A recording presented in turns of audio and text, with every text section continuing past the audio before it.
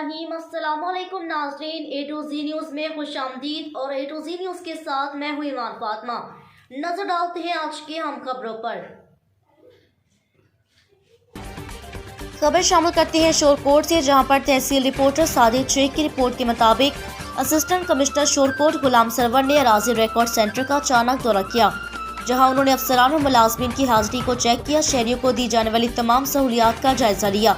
उन्होंने अराजी record centre में आए सालीन से सहूलियात बारे भी दरियाफ्त किया और ADLR गुलाम हुसैन को हुक्म दिया कि अराजी रिकॉर्ड सेंटर में सालीन की सहूलत के लिए बेहतरीन सर्विस की फराहमी को और कीमत पर यकीनी बनाया जाए।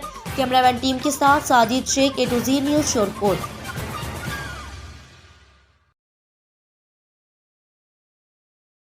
फिलहाल के लिए न्यूज़ स्टूडियो से इतना ही। मजीद खबरों के लिए हमारे साथ रहिए और देखते रहे A to Z न्यूज़, क्योंकि A to Z न्यूज़ आप तक पहुंचाता है हर खबर सच के साथ।